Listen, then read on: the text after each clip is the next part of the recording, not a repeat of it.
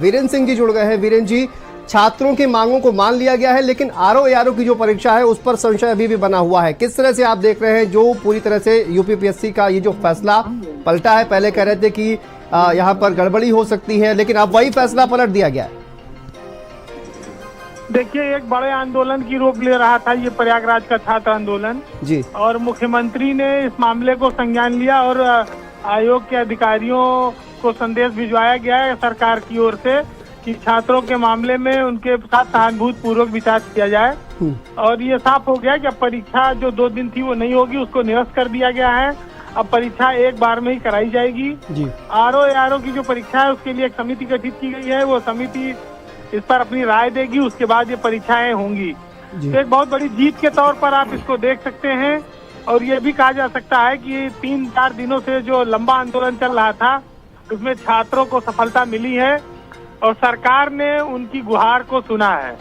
सारा मामला देखिए, सब कुछ सरकार के ऊपर निर्भर था, क्योंकि मुख्यमंत्री लगातार रैलियों में थे, बाहर थे जी। और इधर यूपी में इस बात को लेकर शोर मचने शुरू हो गया था और इसकी जानकारी के बाद आज लोक सेवा आयोग को मुख्यमंत्री का संदेश पहुंचा है कि इस मामले में वार्ता तुरंत की जाए और जो छात्रों के लिए सहूलियतें हों उसको लागू किया जाए। तो 2 दिन वाली परीक्षा वाली बात तो खत्म हो गई है जी। और जहां तक परीक्षा में और सिंपलीफिकेशन की बात है उस पर भी चर्चा होगी और आने वाले वक्त में इस पर जल्दी निर्णय लिया जाएगा। आप इसको जीत के तौर पर देख सकते हैं, छात्र माने न माने, लेकिन सरकार ने उनकी गुहार को सुना है जी। बिल्कुल, डिप्टी सीएम ब्रजेश पाठक जी से भी बात हो रही थी वीरेंद्र जी, तो उन्होंने कहा कि जो अधिकारी हैं वहां पर, यही अधिकारी पहले ये कह रहे थे कि देखिए हम जो फैसला ले लिया गया है उसको वापस नहीं लेंगे, लेकिन उसके बाद वही फैसला वापस लिया गया। तो कहीं ना कहीं अधिकारियों की भी गलती है और उनके खिलाफ भी जो है वो कार्रवाई होनी चाहिए। डिप्टी सीएम ने कहा कि ऐसे अधिकारियों को चिन्हित किया जाएगा, उनके खिलाफ भी कार्रवाई की जाएगी।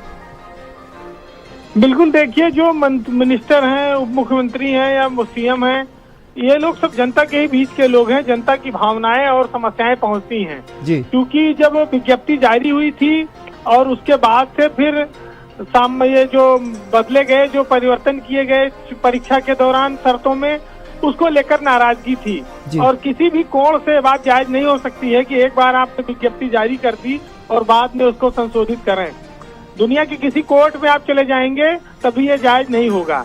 तो स्वाभाविक है कि इस बात को मंत्री और उप मुख्यमंत्री सब ने समझा और यही बात है कि सरकार के सामने भी ये तर्क आया, अधिकारियों ने भी इस बात को रखा होगा और इसी आधार पर सरकार के निर्देश के बाद, सरकार से बातचीत के बाद मुख्यमंत्री ने कहा कि छात्रों की समस्या है, संवाद बनाएं और इस पर तुरंत अमल करें और परीक्षा एक दिन में कराएं जी। तो एक बहुत बड़ी समस्या हल हो गई है। बाकी एक समिति गठित की गई, वो अतिशीघ्र इस पर अपना विचार देगी और कैसे परीक्षा कराई जाए। तो कुल मिलाकर आंदोलन आज से खत्म हो जाएगा, छात्रों का आंदोलन अब समाप्त माना जाए और ये माना जाए कि मुख्यमंत्री के हस्तक्षेप के बाद अब ये सारा मामला निपट गया है जी। बिल्कुल, और इस पे ये कहा जा रहा था कि राजनीति हो रही है पूरे मामले पर। अखिलेश यादव लगातार जो है वो मुखर होकर सवाल खड़े कर रहे थे और भारतीय जनता पार्टी भी आरोप लगा रही थी। छात्रों की तो जीत हो गई है, लेकिन पॉलिटिकल माइलेज लेने की जो कोशिश हो रही थी, अब उस पर भी कहीं ना कहीं विराम वीरेंद्र जी लग जाएगा। देखिए, इतना बड़ा आंदोलन जब शुरू होता है जिसमें बिहार, उत्तराखंड, दिल्ली, उत्तर प्रदेश, मध्य प्रदेश तक के स्टूडेंट इन्वॉल्व हो, तो स्वाभाविक है कि राजनीतिक दल जो यहाँ पर हैं वो भी आएंगे आगे जी। और हमेशा ये होता रहा है, लेकिन किसी राजनीतिक दल के किसी आंदोलन में शामिल हो जाने की वजह से वो आंदोलन खराब हो गया या वो मांगे जायज नहीं रह गई, ये कोई बात नहीं होती है। सरकार का मुख्य काम है कि जो पीड़ित हैं, जो छात्र हैं, उनकी समस्या को कैसे सुलझाया जाए और उनकी जो डिमांड है वो कितनी सही है, उस पर किस हद तक जाकर निर्णय लिया जाए। तो बात यह है कि सियासत तो होगी ही, जब इतना बड़ा मास इकट्ठा होगा, हजारों लाखों लोग इकट्ठा होंगे जी, पूरे देश में प्रदेश में चर्चा होगी, तो स्वाभाविक है कि राजनीतिक दल भी अपना विचार रखेंगे। ये देखना सरकार का काम है कि विपक्ष इस मुद्दे को न लेके उड़ पावे और उससे पहले वो छात्रों के साथ संवाद करके उस मामले को निपटा ले। तो आज 3-4 दिन से ये मामला चल रहा था, अब इस मामले में पटाक्षेप हो गया है। अब परीक्षा 2 दिन में नहीं होगी, ये निर्णय हो गया है। तो इसके बाद अब इस आंदोलन में किसी राजनीतिक दल की और किसी भी बहुत और नेता की जरूरत नहीं रह जाती है।